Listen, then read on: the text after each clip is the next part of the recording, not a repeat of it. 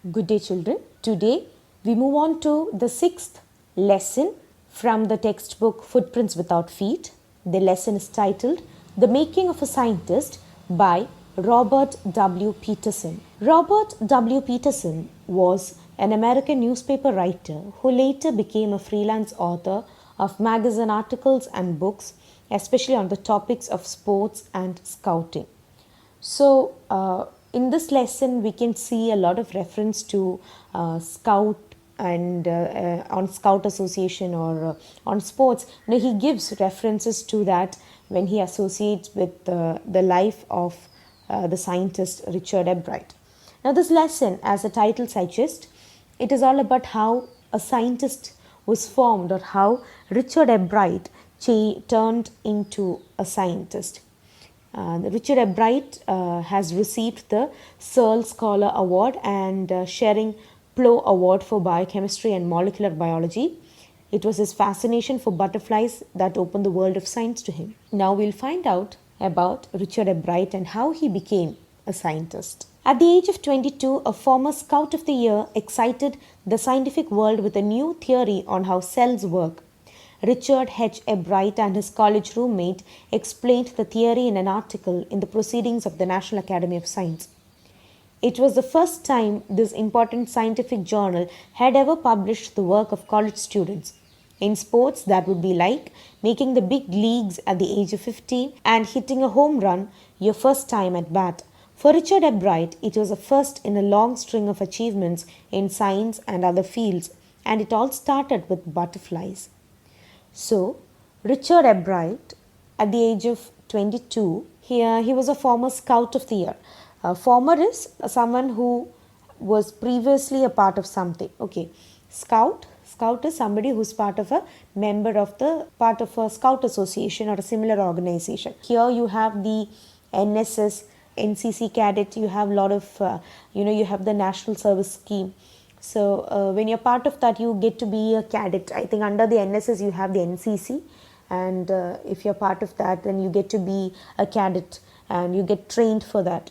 I think a lot of schools and a lot of colleges encourage students taking part in NSS activities, and NCC is one such organization, something similar to a Scout association, which is usually seen in schools in abroad, schools and colleges in abroad. Now, he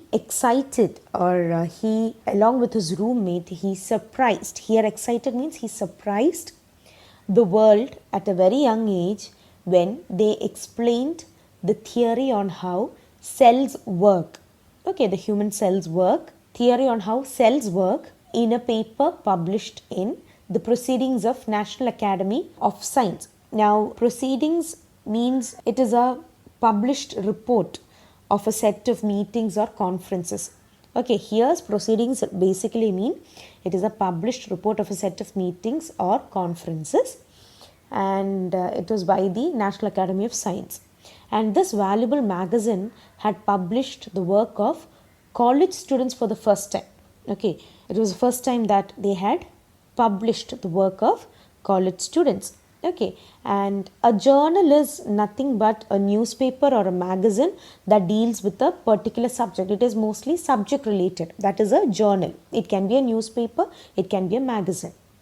And people publish subject related papers, that is their viewpoints or some theories or even some innovations and experiments are all published in a journal. For Richard Ebright, it was just one of the many achievements that he had achieved later in his life, and he says that it all started with his curiosity with butterflies.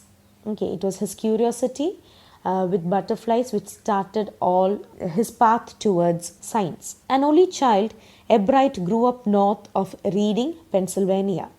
There wasn't much I could do there, he said. I certainly couldn't play football or baseball with a team of one. But there was one thing I could do, collect things. So he did, and did he ever. Beginning in kindergarten, Ebright collected butterflies with the same determination that has marked all his activities. He also collected rocks, fossils, and coins. He became an eager astronomer too, sometimes stargazing all night. Now, in sports, that would be like making the big league at the age of 15 and hitting a home run your first time at bat. This particular sentence means that if you know what baseball is a game played by the Americans, and you play it in a quite big field. You have two teams against each other. It's almost, you can say it's almost like cricket, but in baseball a player on one team throws a round ball at a player on the other team. Now when he or she, whoever it is, when they hit the ball with a bat, then unlike cricket, it's like you run towards the opposite side, isn't it? But for baseball, you have to run around the field. So you will have certain points marked. Okay, you have to touch that is the ground. So you have to touch the ground. So when you have to run safely around all the base, it's called a base. So you have to run around all the base, and you have to come back to the home plate. That is the place from where you started, without stopping. So you shouldn't stop anywhere. You have to hit the base, run around all the base, you have to touch the base, and then you come back to the home plate without stopping. And by the time the ball, if it is hit outside the field, then it's called as a home run. Okay, so here what the writer is trying to tell you is that to get a paper published at the age of 15 in a scientific journal is compared to scoring a home run when you bat for the first time. Okay, so that is the comparison that he makes here. Now, Ebright, he grew up in Pennsylvania, and he was the only child of his parents. He could have not done much there in Pennsylvania. The place is called Reading.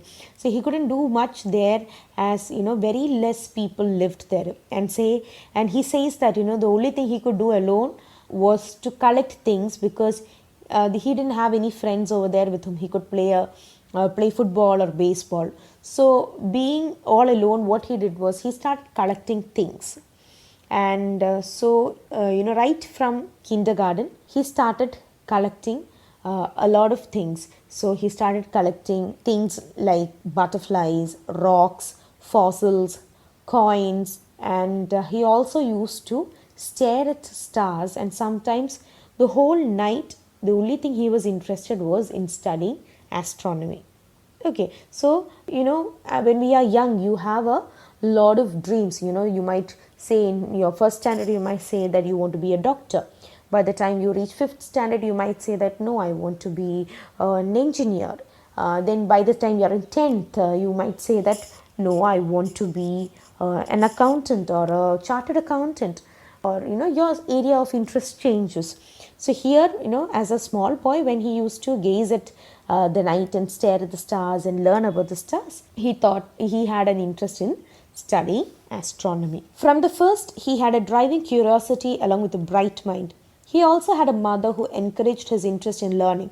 She took him on trips, bought him telescopes, microscopes, cameras, mounting materials, and other equipment, and helped him in many other ways. I was his only companion until he started school, his mother said. After that, I would bring home friends for him. But at night, we just did things together. Richie was my whole life after his father died when Richie was in 3rd grade. She and her son spent almost every evening at the dining table. So here we see that, Ebright always had the curiosity to learn new things. Curiosity is a strong desire to know or learn about something. And so the person who gave him the most courage, support and encouragement, was his mother.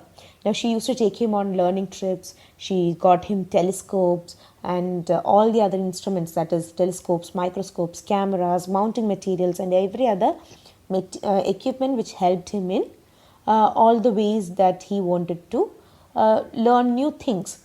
And his mother was his only friend until he went to school. And she says that after he started going to school, she used to get his friends home, and he and his mother used to stay together at night, and they used to do and learn things together. Okay, and she says that at night they used to do all activities together, and she says that Richard is her whole life, especially after she lost her husband, that is Richard's father, while Richard was studying in his third standard. She and her son spent almost every evening at the dining room table.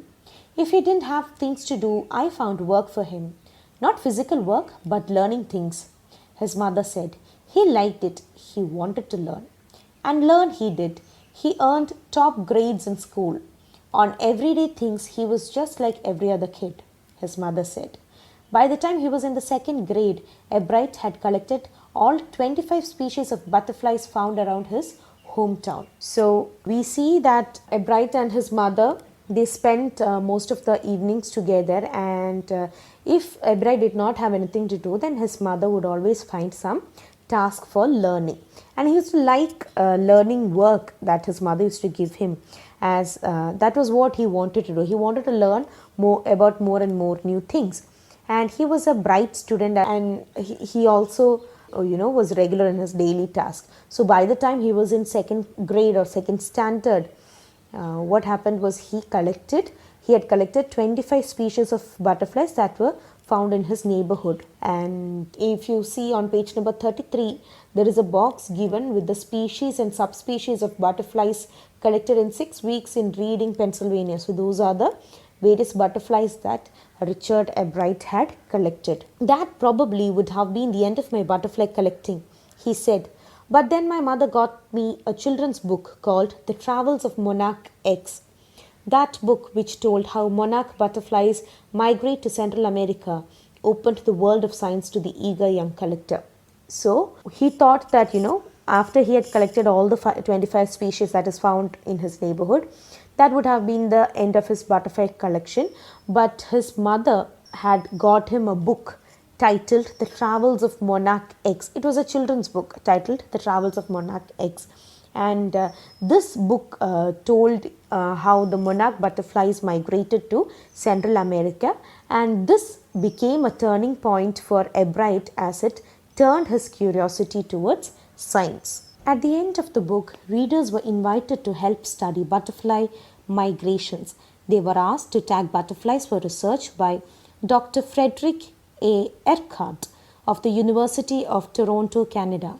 Ebright's mother wrote to Dr. Urquhart, and soon Ebright was attaching light adhesive tags to the wings of monarchs.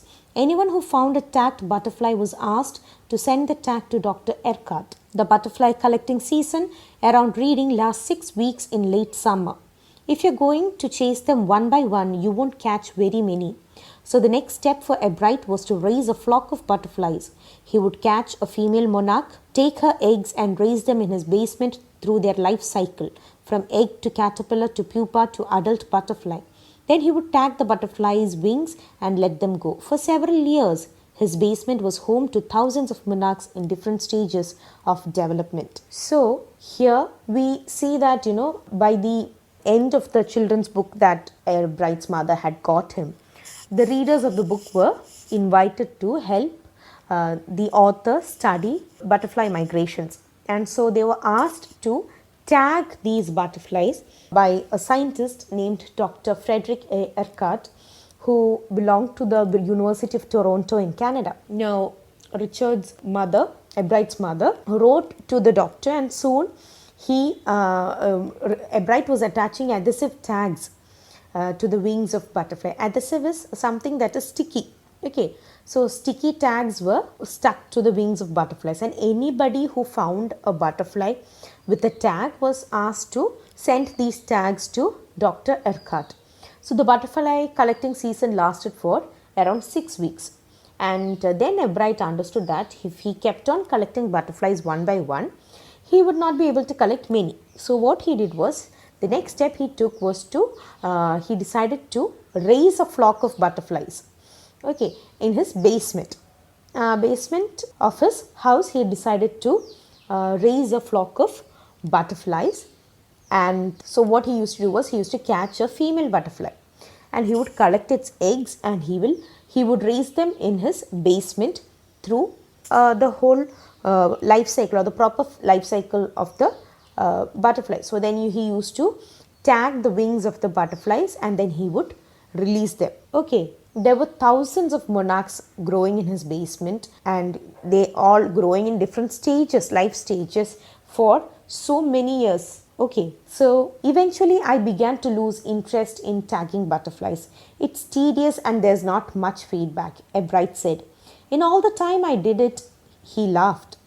Only 2 butterflies I had tagged were recaptured, and they were not more than 75 miles from where I lived. So, he says that soon he started losing interest in tagging butterflies because it was a very slow and tiring process, and also he did not get much of a feedback or response from others. What he says was that out of the many butterflies that he had tagged, only 2 could be recaptured by people, and those 2 were just 75 miles away from where he lived, so not very far from where he lived.